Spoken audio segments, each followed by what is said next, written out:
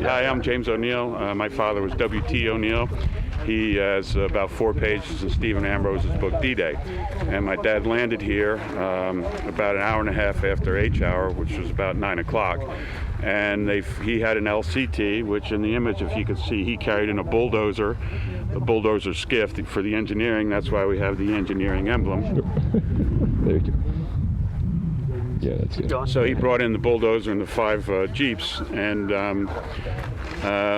what happened when they came in earlier down on the beach, and they were waved off, and they sailed parallel to the beach, and when they saw one of their sister ships come in, they went in behind it.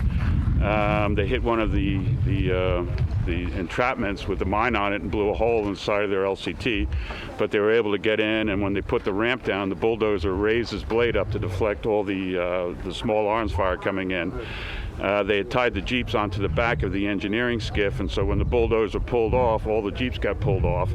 They went into a small dip in the sea first, and all the Jeeps were fully submerged and came up on the other side.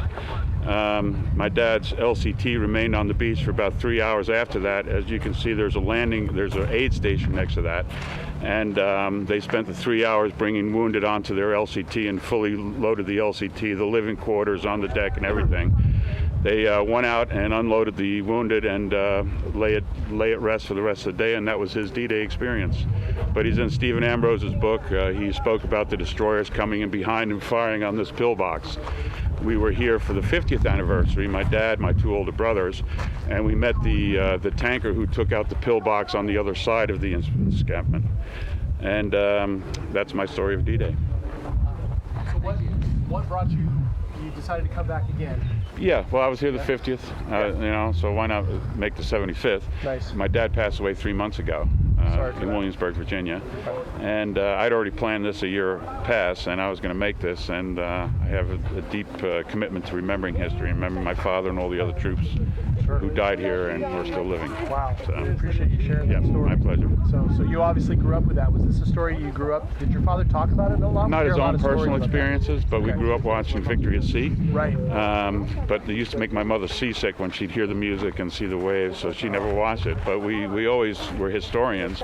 My 2 older brothers, actually one retired from the Quantico Marine Museum. The other brother, Steve, he does Civil War reenactment of Fighting Irish 69, so we're deep historian. Right. But it wasn't until Stephen Ambrose put out a call for papers that my older brother said, "Hey, Pop, why don't you give your story?" And so my dad submitted his story to Ambrose, who accepted it and was in there about his LCT coming in. So yeah, we're deep believers of military history. Hopefully history won't repeat itself, but I think it is over and over again, sadly. Yeah. Well, I appreciate you sharing that story. How long have you been out here? Well, I came from the States last week, and I lived in the Netherlands for 28 years. Oh, wow. And I have one daughter still living in Rotterdam, so I rented a art SUV, and we stopped off at her other father's house in the middle of France, so nowhere, and then just drive down here, and I'm camping out. And got pretty, I stayed dry, but it was pretty stormy last night. Yeah. And I'll be here till Monday. And I've been doing 3D scanning, and I'll be finishing up scan of the other bunker, scan this, and that'll be my contribution. I put it out for everybody, no charge, and spread history. Very cool. It's like us.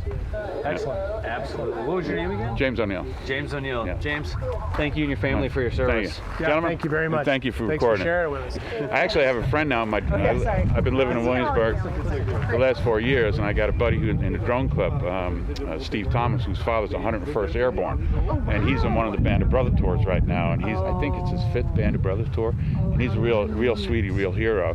And actually, you may remember 3 years ago, he was on CBS News because before he jumped, he had a girlfriend in England.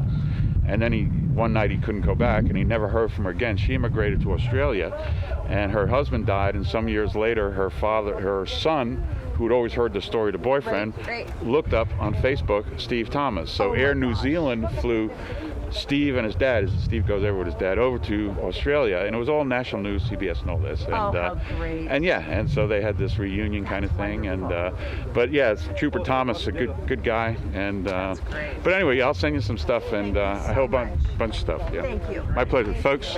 Yes, my pleasure. Keep up good work. Yeah. Yeah.